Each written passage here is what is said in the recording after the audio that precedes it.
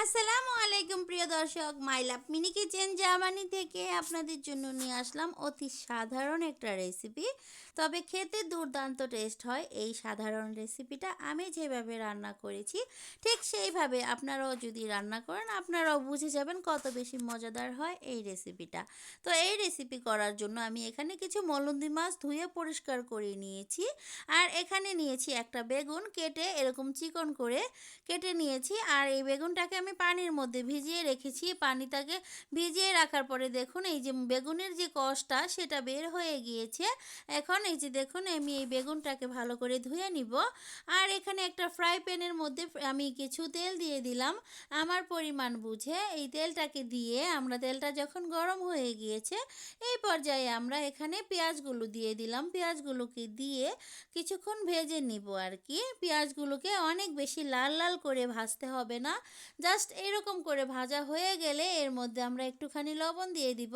আর তার সাথে দিয়ে দিব আদা রসুন বাটা। আদা রসুন বাটা আর লবণটাকে দিয়ে আমরা এটাকে নেড়ে চেড়ে কিছুক্ষণ কষিয়ে নিব আর কি। কষিয়ে নেওয়ার পরে আমরা এখানে এই দেখতে পাচ্ছেন ঠিক এরকম করে আমি হাফ মিনিটের মতো আর কি কষিয়ে নিয়েছি। তারপরে এগুলোর সাথে 1 চামচ হলুদ বাটা, 1 চামচ ধনিয়া গুঁড়া এগুলো দিয়ে দিলাম। সরি, হলুদ গুঁড়া ধনিয়ার গুঁড়া দিয়ে দিলাম আর কি। তো এগুলোকে সামান্য একটু ভেজে নিয়ে তারপরে আমি পানি দিয়ে দিলাম। আর এরপরে মশলাটুকু কষানো হয়ে গিয়েছে, তেলটা বেরিয়ে গেছে। এই পর্যায়ে আমরা দিয়ে দিব এর মধ্যে বেগুন, যে আগে থেকে যে কেটে রেখেছিলাম এগুলোকে ধুয়ে নিয়েছি সেই বেগুনটাকে আমরা এখন অ্যাড করে দিলাম। বেগুনটাকে দিয়ে ভালো করে নেড়ে চেড়ে আমরা একটুখানি মিশিয়ে দিব সব জায়গাতে যাতে ভালো করে মিশে যায় মশলাগুলো। আর মশলাগুলো যখন এরকম মিশানো হয়ে যাবে তারপরে আমরা একটু ঢেকে কিছুক্ষণের জন্য কষিয়ে নিব। তো এই রেসিপিটা আসলে এভাবে কেন করছি, আমাদের এই মাছগুলো বাংলাদেশ থেকে এসেছে, ফ্রোজিং করা মাছ। তো অনেক দিন আগে বাংলাদেশ থেকে এসেছে, তারপরে এগুলো আবার ইটালি থেকে আমরা কিনে এনেছি, কারণ আমরা ইটালিতে বেড়াতে গিয়েছিলাম আমার বড় আপাদের বাসায়। ওখান থেকে কিন্তু আমরা অনেক ধরনের মাছ কিনে এনেছি। তো এই মাছগুলো আনার পরে আমরাও কিন্তু অনেক দিন ফ্রিজে রেখে দিয়েছিলাম। তো দেখা গেছে যে ভাবলাম এই মাছ অনেক দিন হয়ে গিয়েছে, হয়তো খেতে ভালো লাগবে না, সেই জন্য আর কি আমি এভাবে রান্না করছি। এভাবে রান্না করলে কিন্তু আসলেই অনেক মজা লাগে। আর এখন আমি এই যে ফ্রাই প্যানের মধ্যে দেখতে পাচ্ছেন বেগুনের সাথে পানি দিয়ে দিয়েছি 1 বাটি। আর 2টা কাঁচামরিচ দিয়ে দিলাম। কাঁচামরিচটাকে দিয়ে এখন আমরা ভালো করে নেড়ে চেড়ে আবারও একটু পানির সাথে মরিচগুলো সবগুলো একসাথে মিশিয়ে তারপরে আমরা বাকি প্রসেসটা আপনাদেরকে দেখাচ্ছি।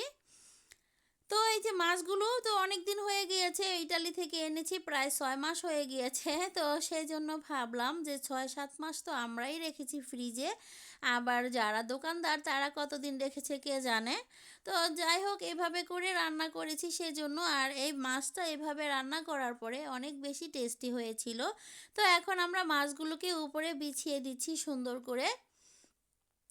এভাবে করে মাছ উপরে বিছিয়ে দিয়ে আমরা রান্না করি এই জন্য, তাতে করে মাছগুলো আর ভেঙে যাবে না। যখন আমরা এই খাবারটা খাবো তখন কিন্তু মাছগুলো যখন আমরা প্লেটে নিতে যাব তখন কিন্তু প্রত্যেকটা মাছই শলা শলা থাকবে, ভেঙে যাবে না, অনেক সুন্দর থাকবে।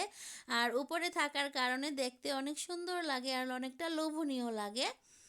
তো এই যে এভাবে করে কিন্তু সবগুলো মাছ আমি বিছিয়ে দিচ্ছি। তো বিছিয়ে দেওয়ার পরে এখন এই যে আমরা একটা এই কি বলে এই কাঠের চটি দিয়ে ভালো করে মাছগুলোকে একটু ছড়িয়ে দিচ্ছি আর একটু চেপে চেপে দিব। এতে করে মাছের যে ঝোলটা ঝোলটা মাছের ভিতরে ঢুকবে এবং মাছগুলো নিচে ডেবে যাবে, উপর থেকে ভেসে ভেসে থাকবে না, সব জায়গাতে একটু সমানভাবে সেট হয়ে যাবে আর কি। ঠিক এইভাবে করে আলতো হাতে মিশিয়ে দিচ্ছি যাতে করে মাছগুলো ভেঙে না যায়। আর আমি চাই মাছগুলো সবসময় উপরে থাকবে, নিচে যাবে না, নিচে যাতে না যায় সেই জন্যই কিন্তু এইভাবে দেওয়া হলো। আর এই যে এখন আমরা এগুলোকে মিশিয়ে সেট করে দিয়ে দেওয়া হয়েছে। এখন এর মধ্যে আমরা কি করব, লবণ দিয়ে দিব আরও একটু। এই বেগুনের তরকারিতে কিন্তু একটু লবণ বেশি লাগে, সেজন্য এখনই আমরা একটা বাটির মধ্যে একটু পানি দিয়ে লবণ গুলিয়ে নিয়েছি, সেই লবণের পানিটা এখন আমি সব জায়গাতে দিয়ে দিলাম। এতে করে কিন্তু এখন আর তরকারির লবণ নিয়ে আর টেনশন করা লাগবে না, সুন্দরভাবে লবণটা হয়ে যাবে। আমি আমার পরিমাণ বুঝে লবণটা দিয়ে দিয়েছি। এখন আমরা ঢেকে দিয়ে রান্না করে নিব 10-12 মিনিটের জন্য।